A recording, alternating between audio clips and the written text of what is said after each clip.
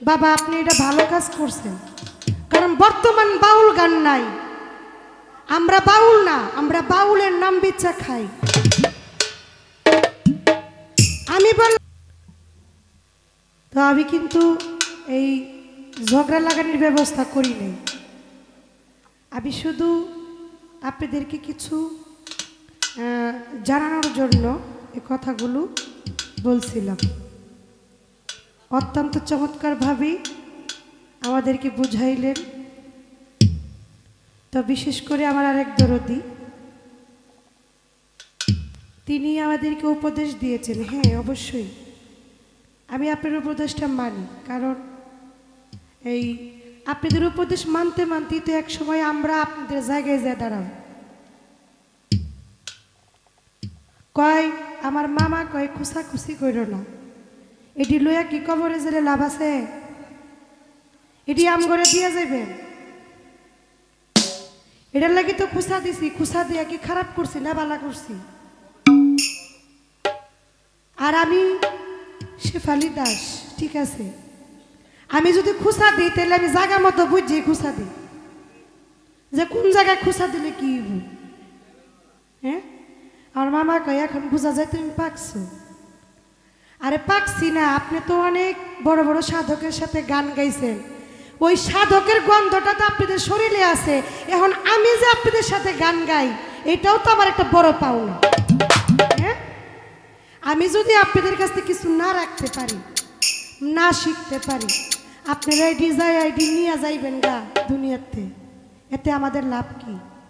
আমাদের মাঝখানে দিয়ে যাইবেন, আমরা এটা কইরা গাইটা খাও। বাউল গান আমার বাবাজি বলছে আমি অনেক বাউলের সাথে গান গাইছি,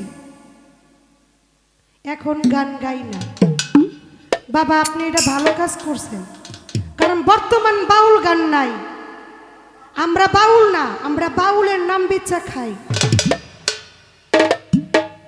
আমি বললাম এখানে ইউটিউবার আছে, এই কথাগুলো কিন্তু সারা বিশ্বে প্রচার হবে। আমরা কিন্তু বাউল হতে পারি নাই, কিন্তু বাউলের নাম বেচা খাই। বাউল কি? বাউল কি এটা সাধারণ কথা? বাউল হয়েছিল কারা? সাধক উকিল মুন্সি সাহেব, উনি মসজিদ ঘরে ইমামতি করত এবং কি ফাঁকে ফাঁকে গান পছন্দ করত। এটা গ্রামবাসীরা দেখা ওনাকে গ্রামের থেকে বহিষ্কার করে দিচ্ছে। যে গানের জন্য গান ছাড়ছে, আবার ওই গানে ওনাকে আবার গ্রামে ফিরাই আনছে। তারা হলো বাউল। আর বাবা আমরা গান গাই, আমরা আজকে মরলে কালকে কইব এটা মরছে ভালো হয়েছে।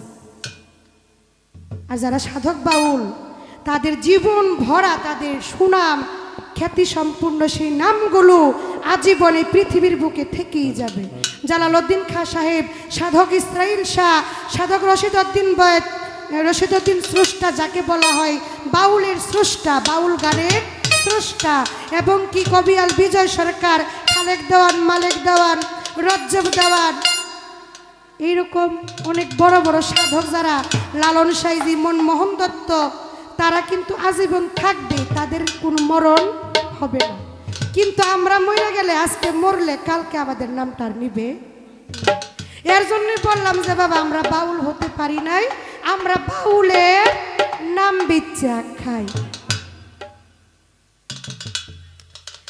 তো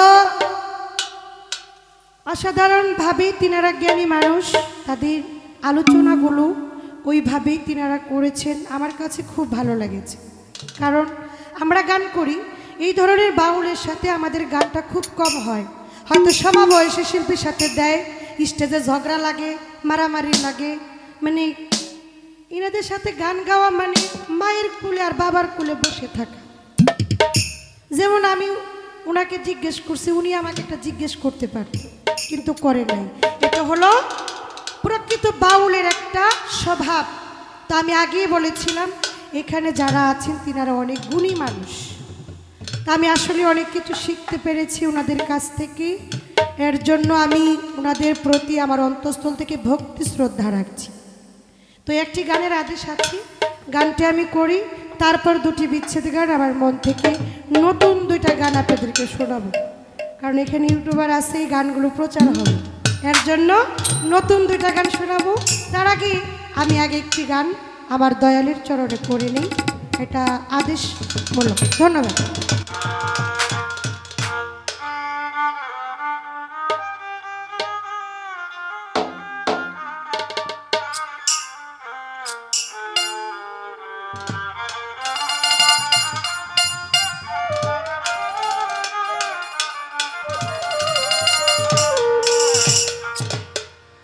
আমার দয়ালাই না দেখাও দেখি, আমার মুর্শিদাই না দেখাও দেখি,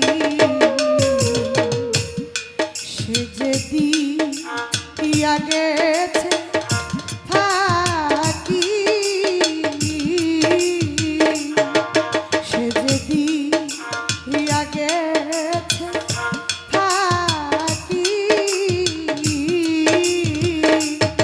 আমার জিন্দাওয়ালির আইনা দেখাও দেখি, আমার রাশিদি চন্দ্রে আইনা দেখাও দেখি, সে যে দিয়া গেছে